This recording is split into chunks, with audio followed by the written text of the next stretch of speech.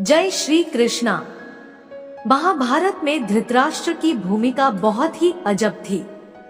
कई पाप किए जिसका परिणाम भी झेलना पड़ा। सबसे बड़ा परिणाम है यह कि प्रारब्ध के चलते अंधा पैदा होना पड़ा। दरअसल धृतराष्ट्र ऋषि वेद व्यास के पुत्र थे। आप सोच रहे होंगे ऐसा कैसे? तो आओ जाने हैं धृतराष्ट्र के जन्म और मृत्यु की कहानी। जन्म शांतनु और सत्यवती के पुत्र विचित्रवीर्य की दो पत्नियां अंबिका और अंबालिका थी। दोनों को कोई पुत्र नहीं हो रहा था तो सत्यवती के पुत्र वेदव्यास ऋषि पराशर से जन्मे पुत्र की सहायता से पुत्रों को जन्म दिया।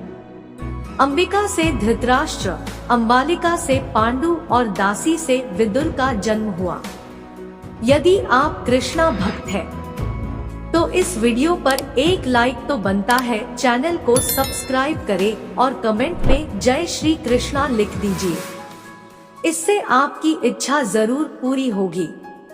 अंबिका जब ऋषि वेद व्यास के सामने गई तो उनके तेज और रूप को देखकर उसने आंखें बंद कर ली, जिसके चलते उनका पुत्र अंधा पैदा हुआ। अंबालिका को बुखार जैसे आ गया तो उनका पुत्र पांडु रोग से ग्रसित पैदा हुआ। इस बीच जब दूसरी बार अंबिका को भेजा जाने था तो उसने अपनी जगह अपनी दासी को भेज दिया। दासी से विदुर का जन्म हुआ। तीनों ही ऋषि वेदव्यास की संतान थी।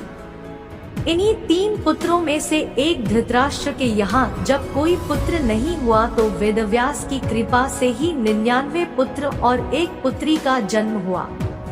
धृतराष्ट्र जन्म से ही अंधे थे। उनका विवाह गांधार प्रदेश की राजकुमारी गांधारी से हुआ।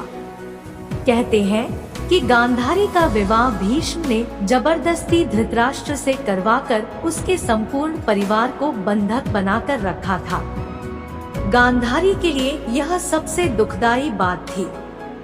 गांधारी के लिए आंखों पर पट्टी बांधने का एक कारण यह भी था। धृतराष्ट्र और गांधारी के दुर्योधन सहित 100 पुत्र और एक पुत्री थी। युयुत्सु भी उनका ही पुत्र था जो एक दासी से जन्मा था। संजय और विदुर धृतराष्ट्र के मंत्री थे। दोनों ने धृतराष्ट्र, गांधारी और कुंती के साथ उन्होंने भी संन्यास ले लिया था। बाद में धृतराष्ट्र की मृत्यु के बाद वे हिमालय चले गए, जहां से वे फिर कभी नहीं लौटे। धृतराष्ट्र का दामाद जयद्रथ था, जिसका वध अर्जुन करते हैं।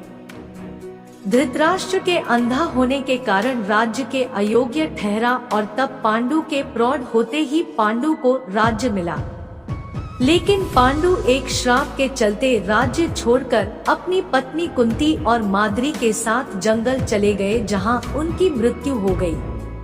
उस दौरान धृतराष्ट्र को ही भीष्म ने राजा नियुक्त कर शासन किया। बाद में कुंती और समर्थकों के कहने पर धृतराष्ट्र और गांधारी को पांडवों को पांडु का पुत्र मानना पड़ा और उन्हें महल में आने की अनुमति देना पड़ी। बस यही से महाभारत प्रारंभ होती है। मृत्यु महाभारत युद्ध के 15 वर्ष बाद धृतराष्ट्र, गांधारी, संजय और कुंती वन में चले जाते हैं। 3 साल बाद एक दिन धृतराष्ट्र गंगा में स्नान करने के लिए जाते हैं और उनके जाते ही जंगल में आग लग जाती है। वे सभी धृतराष्ट्र के पास आते हैं। संजय उन सभी को जंगल से चलने के लिए कहते हैं, लेकिन दुर्बलता के कारण धृतराष्ट्र वहां से नहीं जाते हैं। गांधारी और कुंती भी नहीं जाती है।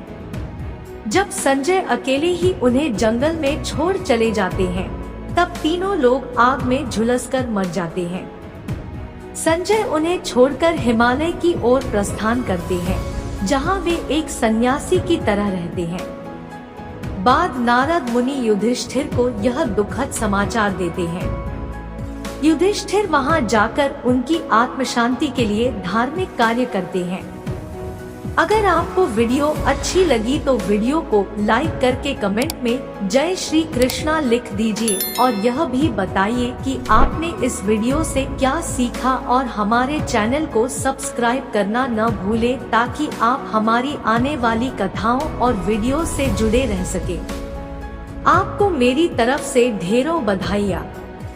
आपने इस कथा को पूरी तरह से सुनने का विशेष निर्णय लिया है, जिसका मतलब है वर्तमान समय में जब लोग अपना समय फालतू बातों में बर्बाद कर रहे हैं, आपने वास्तविक ज्ञान की ओर अपना कदम बढ़ाया है।